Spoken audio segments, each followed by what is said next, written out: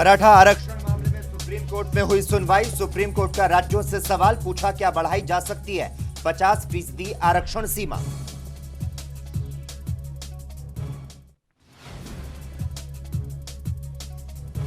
उत्तराखंड में मुख्यमंत्री बदलने की तैयारी में बीजेपी। त्रिवेंद्र रावत की जगह सत्यपाल महाराज बन सकते हैं नए सीएम। त्रिवेंद्र रावत को दिल्ली में किया गया तलब।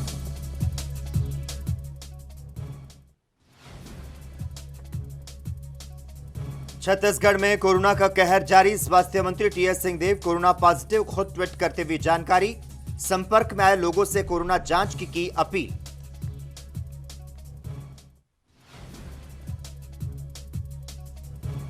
और चंडीगढ़ में अकाली कार्यकर्ताओं ने पंजाब विधानसभा के बाहर किया प्रदर्शन। पुलिस ने वाटर कैनन का किया इस्तेमाल।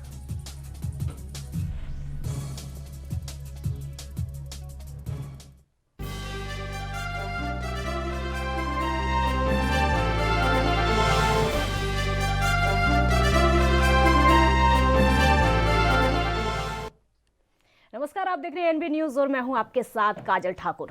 और मैं हूं आपके साथ लोकेश लकी जगवानी। नारी शक्ति का सम्मान किसी भी समाज के लिए सर्वोपरि होता है।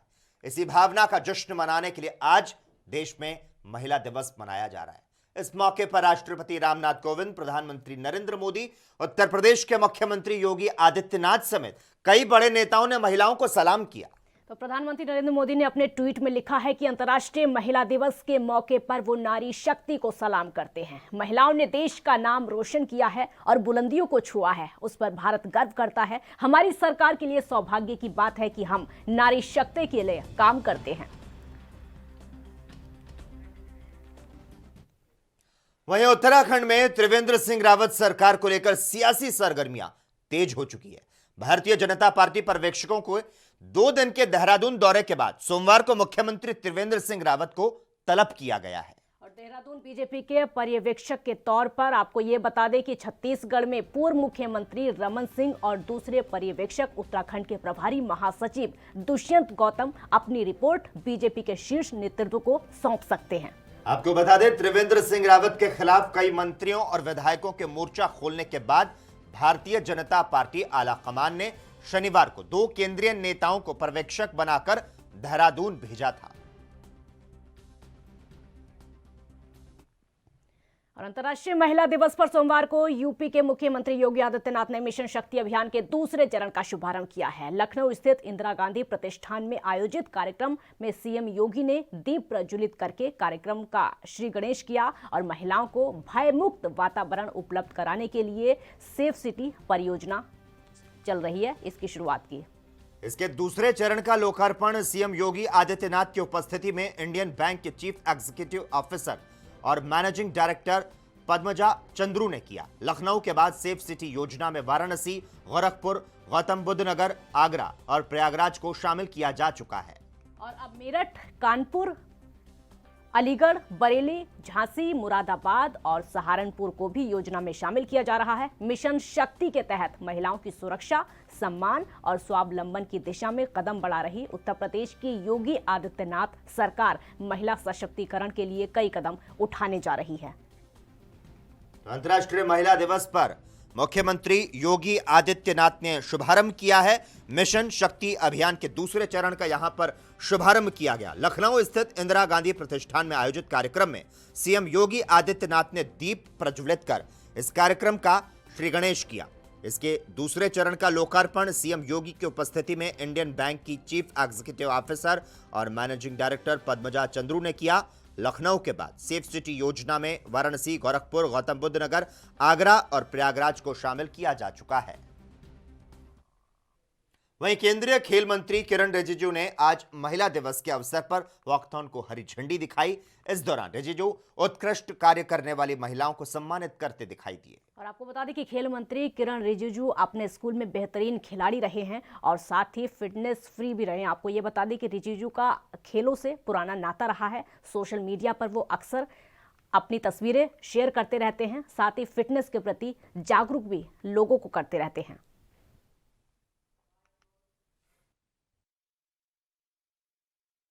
देखिए, आज इंटरनेशनल वुमेन्स डे है, तो हमारा ministry of youth affairs sports ने वाकथन यहाँ अरेंज किया है नेहरू स्टेडियम में, और हमारे हज़ारों बहनाएं, हमारे जितना भी यूथ वुमेन वॉलंटियर्स हैं, सब पार्टिसिपेट कर रहे हैं। हमारे secretary youth affairs Usha Sharma ji खुद महिलाएं होने के नाते वो वाकाथन में लीड कर रहे हैं।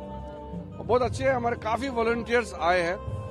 एक मैसेज देना है कि हमारे जो वुमेन है, लड़कियां हैं, वो सब कुछ कर सकते हैं समाज में, और महिला शक्ति हमारे लिए प्राथमिक। नई दिल्ली स्थित इजरायली दूतावास के बाहर जनवरी के अंत में हुए बम विस्फोट के पीछे ईरान का हाथ था।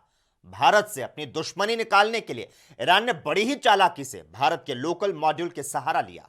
और आपको बता दें कि इजरायली दूतावास के बाहर हुए बम विस्फोट की जांच में जुटे एनआईए और इजरायली खुफिया एजेंसी मोसाद को मिले सबूतों के आधार पर यह जानकारी मिली है। इजरायली दूतावास के बाहर हुए बम धमाके में जांच एजेंसियों को एक पत्र मिला था, जिसमें कहा गया था कि यह हमला 2 ईरानी नागरिकों की हत्या का बदला लेने के लिए किया गया है। इसके बाद से जांच एजेंसियों ने बम विस्फोट की जांच कई एंगल से करना शुरू किया। इससे खुलासा हुआ कि ईरान की फोर्स ने यह धमाका कराया था, लेकिन यह बम एक स्थानीय भारतीय शिया मॉड्यूल ने प्लांट किया था। इतना ही नहीं, जानबूझकर ऐसे सबूत छोड़े गए जिससे कि हमले के पीछे आतंकी संगठन इस्लामिक स्टेट का हाथ लगे। और इसी योजना के तहत दूतावास के बाहर हुए धमाके के बाद अब अनजान संगठन, आपको बता दें कि जैश उल हिंदू ने इसकी जिम्मेदारी भी ली थी। हालांकि अब आतंक विरोधी एजेंसियां ये पुख्ता कर चुकी हैं कि यह हमला ईरान की कुर्स फोर्स ने इजराइल के खिलाफ किया था। वहीं भारत के पूर्व राष्ट्रपति एपीजे अब्दुल कलाम के बड़े भाई मोहम्मद मुथु मेहरान मरकयार का रविवार को तमिलनाडु के रामेश्वरम में अपने घर पर निधन हो गया। उन्होंने शाम करीब 7:30 बजे आखिरी सांस ली। और परिवार के सूत्रों ने ये जानकारी दी है। उन्होंने बताया है कि मरकयार की उम्र 104 साल थी। और आपको ये भी बता दें कि मोहम्मद मुथु मेहरान उम्र संबंधित बीमारियों से लगातार जूझ रहे थे। इसके अलावा उनकी एक आंख में इन्फेक्शन भी हो गया था। उनके परिवार में एक छोटा बेटा और 2 बेटियां हैं। उनकी पत्नी का पहले ही देहांत हो चुका है। तमिलनाडु के मुख्यमंत्री ओ पन्नीरसेल्वम और द्रमुक अध्यक्ष एम.के. स्टालिन ने उनके निधन पर शोक व्यक्त किया। आपको बता दें, पूर्व राष्ट्रपति एपीजे अब्दुल कलाम पहले ही इस दुनिया को अलविदा कह चुके हैं। उनका निधन 27 जुलाई 2015 को मेघालय के शिलांग में हुआ था।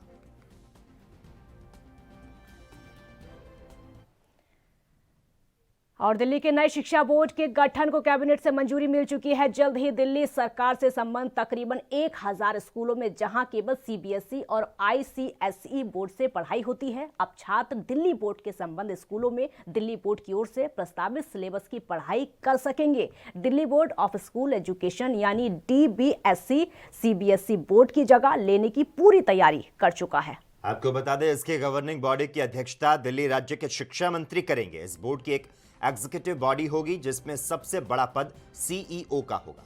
इस नए बोर्ड का फोकस कॉन्सेप्चुअल लर्निंग और पर्सनैलिटी डेवलपमेंट पर होगा। आपको बता दें, लंबे समय से दिल्ली सरकार ये कह रही थी कि देश के अन्य राज्यों के अपने शिक्षा बोर्ड हैं, लेकिन दिल्ली का कोई शिक्षा बोर्ड ना होने की वजह से यहाँ पर सीबीएसई और आईसीएसई बोर्ड का सिलेबस लागू रहता है। सरकार का मानना है कि शिक्षा व्यवस्था में एक बदलाव जरूरी है। और आपको ये बता दें कि दिल्ली बोर्ड की पढ़ाई 2021-22 सेशन से ही शुरू हो जाएगी।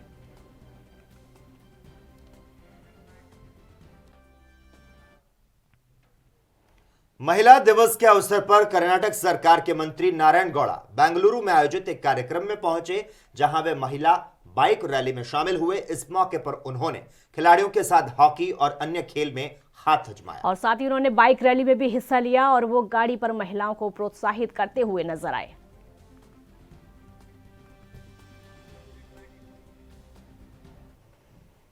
छत्तीसगढ़ की राजधानी में कोरोना एक बार फिर से सिर उठा रहा है। स्वास्थ्य मंत्री टी.एस. सिंहदेव कोरोना पॉजिटिव पाए गए हैं। स्वास्थ्य मंत्री का आरटी-पीसीआर कोरोना टेस्ट के लिए सैंपल लिया गया है। और आपको ये बता दें कि उन्होंने रविवार को अंबिकापुर में एंटीजन टेस्ट करवाया था। टेस्ट पॉजिटिव आने के बाद स्वास्थ्य मंत्री टी.एस. सिंहदेव ने बताया कि वो अभी स्वस्थ हैं और हल्की सर्दी साथ में खांसी के लक्षण दिखाई दे रहे हैं। इसके साथ ही उन्होंने लोगों से अपील की कि जो लोग उनके संपर्क में आए वे कोविड-19 का जांच करवाएं।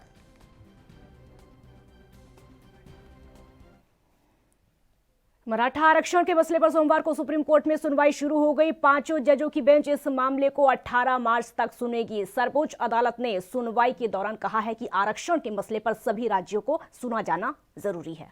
सुप्रीम कोर्ट ने सभी राज्य सरकारों को नोटिस जारी कर पूछा कि क्या आरक्षण की सीमा को 50% से बढ़ाया जा सकता है। इसी के साथ सुनवाई को अब 15 मार्च तक के लिए टाल दिया गया है। और वहीं सुनवाई के दौरान वकील गोपाल शंकर नारायण ने बताया कि आरक्षण के मसले पर कई राज्यों की तरफ से मुद्दे उठाए गए हैं जो अलग अलग विषयों पर हैं। आरक्षण से जुड़े अलग अलग केस हैं जो इस मामले से जुड़े हुए हैं। सुप्रीम कोर्ट में बताया गया कि 122वीं अमेंडमेंट आर्थिक आधार पर 10% आरक्षण, जातियों में क्लासिफिकेशन जैसे मसलों को उठाया गया है। और इस दौरान वरिष्ठ वकील मुकुल रोहतगी ने भी कहा कि इस मामले में आर्टिकल 342A की व्याख्या भी शामिल है जो सभी राज्यों को प्रभावित करेगा। इसलिए एक याचिका दाखिल की गई है जिसमें सभी राज्यों को सुनना चाहिए। सभी राज्यों को सुने बिना इस मामले में फैसला नहीं किया जा सकता है।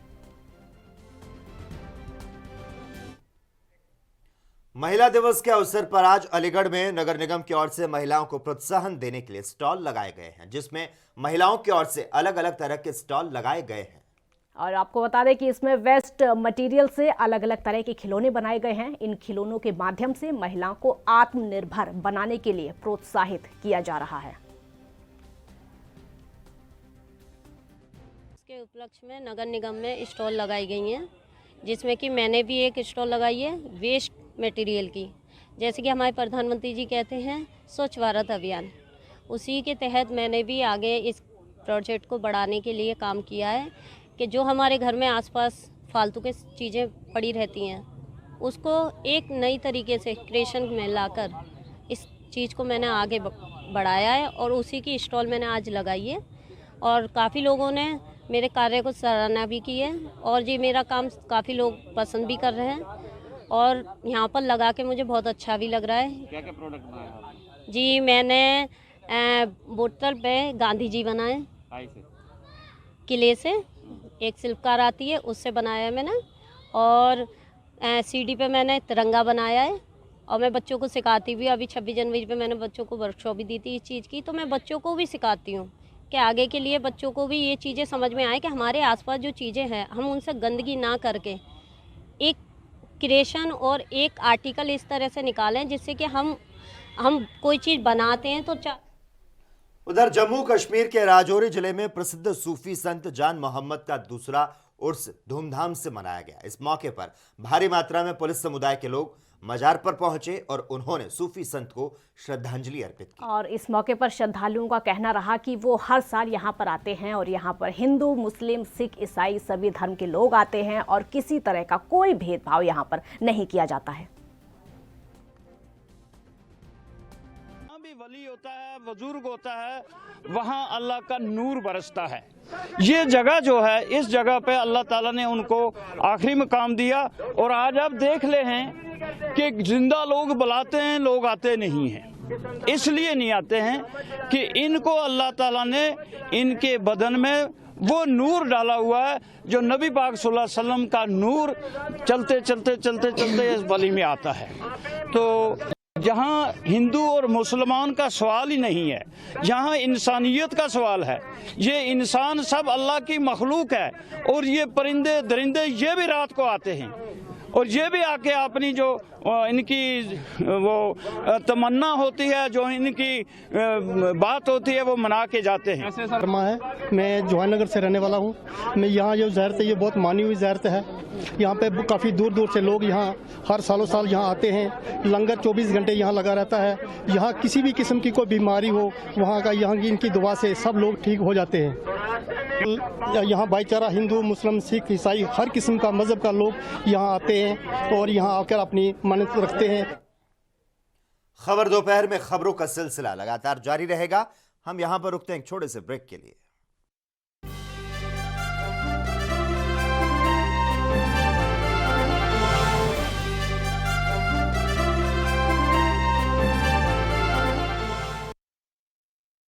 क्या आप दुबले पतले कमजोर हैं? आपकी सेहत नहीं बनती, भूख कम लगती है, वजन नहीं बढ़ता।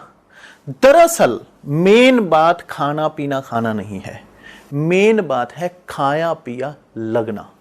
और अगर खाया पिया लगेगा ही नहीं तो सेहत बनेगी कैसे? इसलिए हमारी संस्था सन्यासी आयुर्वेदा ने एक ऐसी दवा बनाई है जो कि आपके पाचन तंत्र को, आपके लीवर सिस्टम को ठीक करने का काम करती है, ताकि आप जो भी खाएं उसका पूरे का पूरा निचोड़ आपके शरीर को लगे, आपकी भूख बढ़े, खाया पिया सही से लगे, नया खून बने, हड्डियों में जान आए, वजन बढ़े, ताकत बढ़े, चेहरे पर नूर आए और आप मोटे तगड़े खूबसूरत पर्सनैलिटी के मालिक बन जाएं। यह दवा पूरी तरह से आयुर्वेदिक होती है। इसका शरीर पर कोई भी साइड इफेक्ट, कोई भी नुकसान या दुष्प्रभाव नहीं होता। लड़के लड़कियां दोनों इसका इस्तेमाल कर सकते हैं और पहले 15 दिन के अंदर ही आपको इसका असर महसूस हो जाएगा। सिर्फ 650 रुपए की पूरे 1 महीने की दवा होती है और आप इसे घर बैठे 01145454545 पर फोन करके दवा मंगवा सकते हैं।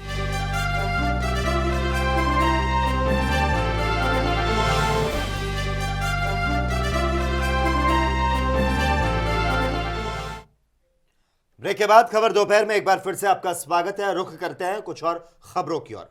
राजस्थान का अलवर जिला एक बार फिर से शर्मसार हुआ।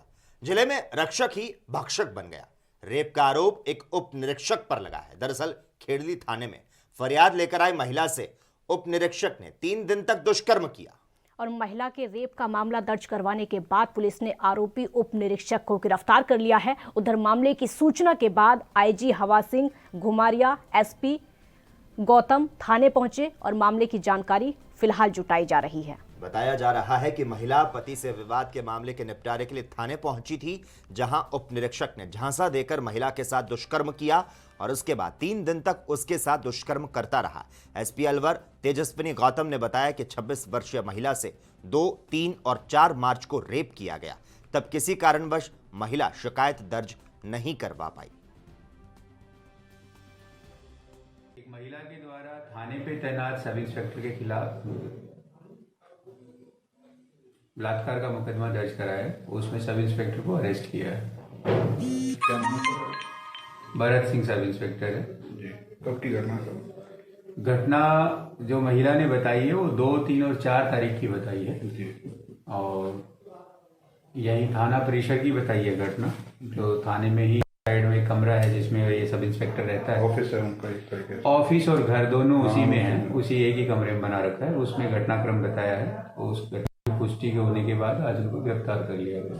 जी, तो इसमें सर क्या कार्रवाई होगी? तो इसमें मेडिकल वगैरह कुछ लड़की मेडिकल के लिए अभी भेजा था। लड़की ने मेडिकल के लिए अभी प्रथम दृष्टया मना किया है डॉक्टर के सामने जी, लेकिन जो अभी तक की तफ्तीश थी उसमें चूंकि थाना परिसर की घटना और गंभीर घटना है तो हमने तत्काल जो है सब इंस्पेक्टर को अरेस्ट कर। और बीजेपी नेता माधव भंडारी ने पश्चिम बंगाल में होने वाले चुनाव को लेकर कहा है कि बंगाल में चुनाव होने जा रहा है। बंगाल की जनता अब बदलाव चाहती है। इसके साथ ही उन्होंने कहा कि मिथुन चक्रवर्ती को जनता चाहती है।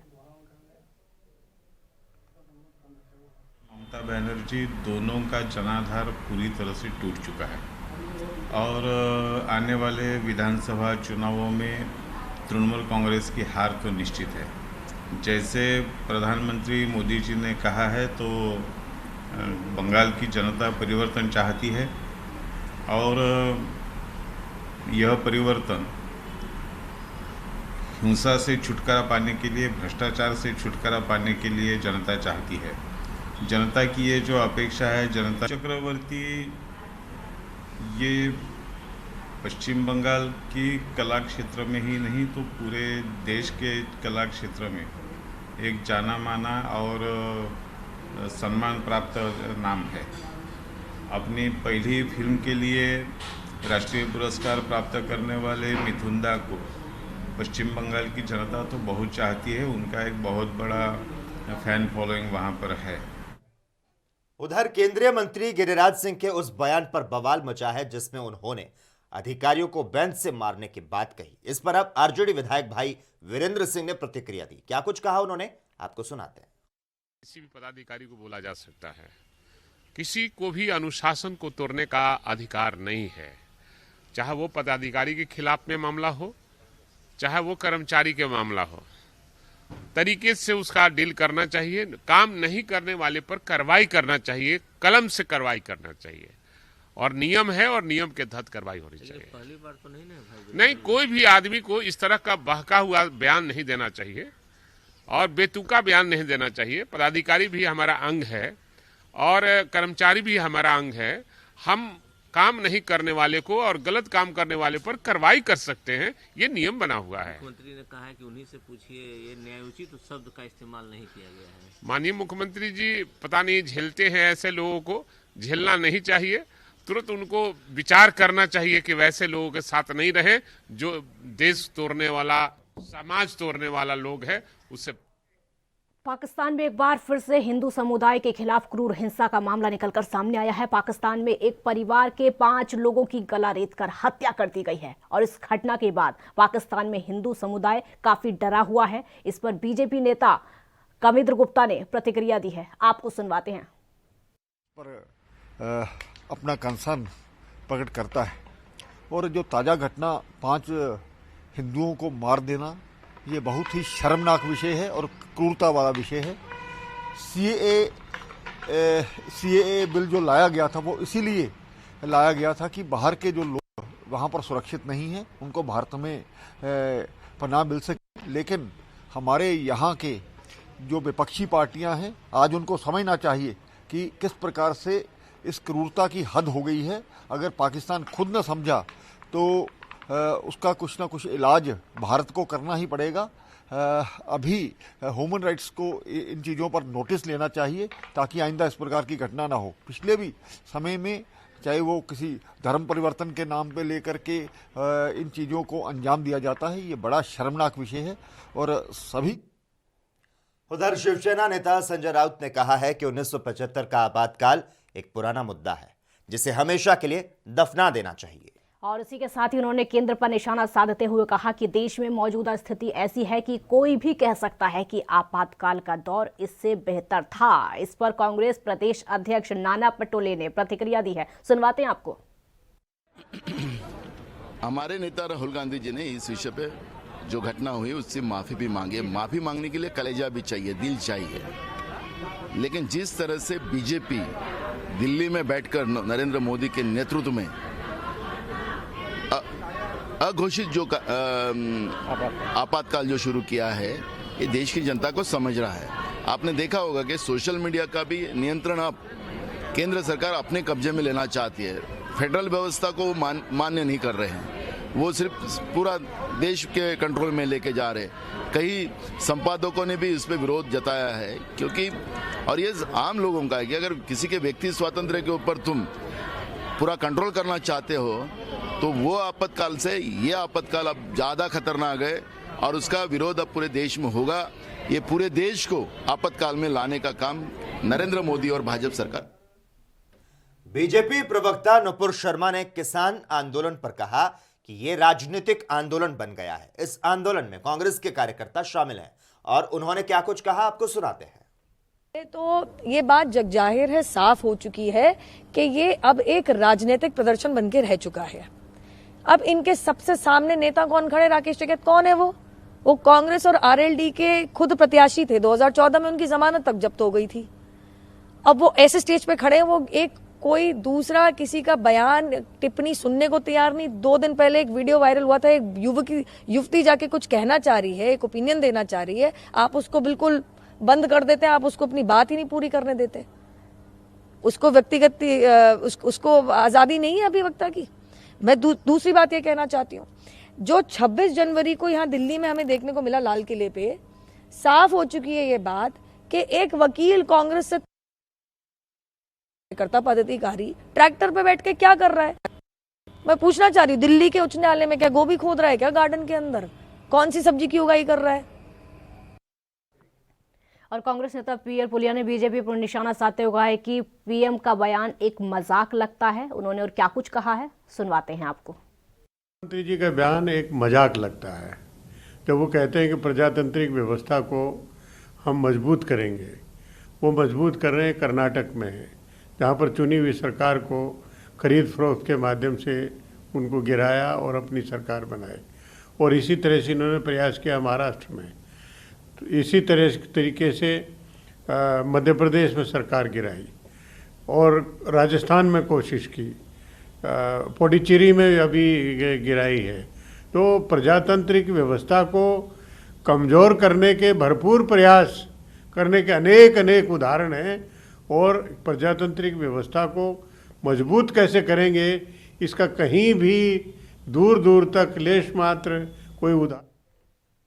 उधर कांग्रेस नेता राशिद अल्वी ने बीजेपी पर हमला करते हुए कहा कि पीएम शानदार सूट पहनते हैं, वो शानदार तरीके से रहते हैं और पीएम को गरीबों की परवाह नहीं है। इसके साथ ही उन्होंने कहा कि लगातार महंगाई बढ़ती जा रही है, पीएम नाकाम प्रधानमंत्री हैं। उन्होंने क्या कुछ कहा, सुनवाते हैं आपको। वो अब गरीब हैं, कभी रहे होंगे गरीब प्रधानमंत्री। अब तो शानदार सूट पहनते हैं, शानदार तरीके से रहते हैं। अब गरीब कैसे कह सकते हैं अपने आप को? ना उनका गरीब लोगों से कोई वास्ता है। गरीब किसान 100 दिन से बैठा है, उसकी उनको कोई परवाह नहीं।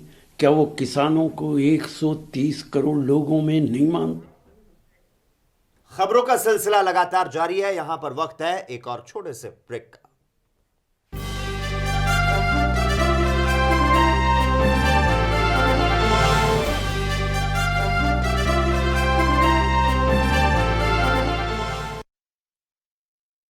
क्या आप दुबले पतले कमजोर हैं? आपकी सेहत नहीं बनती, भूख कम लगती है, वजन नहीं बढ़ता। दरअसल मेन बात खाना पीना खाना नहीं है, मेन बात है खाया पिया लगना। और अगर खाया पिया लगेगा ही नहीं तो सेहत बनेगी कैसे? इसलिए हमारी संस्था सन्यासी आयुर्वेदा ने एक ऐसी दवा बनाई है जो कि आपके पाचन तंत्र को, आपके लीवर सिस्टम को ठीक करने का काम करती है, ताकि आप जो भी खाएं उसका पूरे का पूरा निचोड़ आपके शरीर को लगे, आपकी भूख बढ़े, खाया पिया सही से लगे, नया खून बने, हड्डियों में जान आए, वजन बढ़े, ताकत बढ़े, चेहरे पर नूर आए और आप मोटे तगड़े खूबसूरत पर्सनैलिटी के मालिक बन जाएं। यह दवा पूरी तरह से आयुर्वेदिक होती है। इसका शरीर पर कोई भी साइड इफेक्ट, कोई भी नुकसान या दुष्प्रभाव नहीं होता। लड़के लड़कियां दोनों इसका इस्तेमाल कर सकते हैं और पहले 15 दिन के अंदर ही आपको इसका असर महसूस हो जाएगा। सिर्फ 650 रुपए की पूरे 1 महीने की दवा होती है और आप इसे घर बैठे 01145454545 पर फोन करके दवा मंगवा सकते हैं।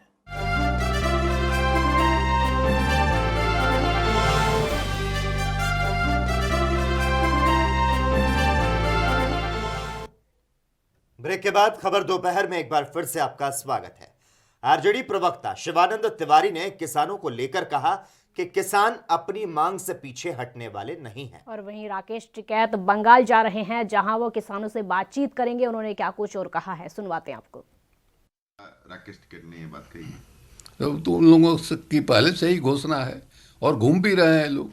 कर्नाटक में गुलबर्गा वगैरह में देखा कि किसान नेता वहाँ जाकर भाषण कर रहे हैं। एक किसान नेता कलकत्ता में जाकर भाषण कर चुके हैं। राकेश टिकैत ने घोषणा किया है कि हम हो जाने वाले हैं। तो ये लोग तो लगे ही हुए हैं और इनके धीरज का, इनके अंदर जो एक सातत्य है उसको सलाम करने लायक है। और हमको लगता है कि देश में डेमोक्रेसी जिस ढंग से माने पिंजड़े में कैद होती जा रही है, उसमें किसान आंदोलन ही उम्मीद का एक किरण नजर आता है।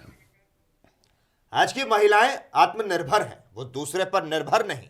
आज की नारी पुरुषों के बराबर है, सब कुछ करने में सक्षम है।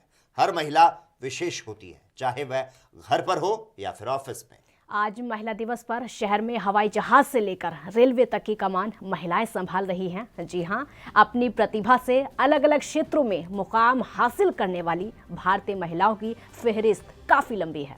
और इसी बीच उत्तर प्रदेश में अंतर्राष्ट्रीय महिला दिवस के मौके पर नोएडा अथॉरिटी ने नोएडा स्टेडियम में महिलाओं के लिए पिंक मैराथन आयोजित की, जिसमें महिलाओं ने बढ़ चढ़कर हिस्सा लिया।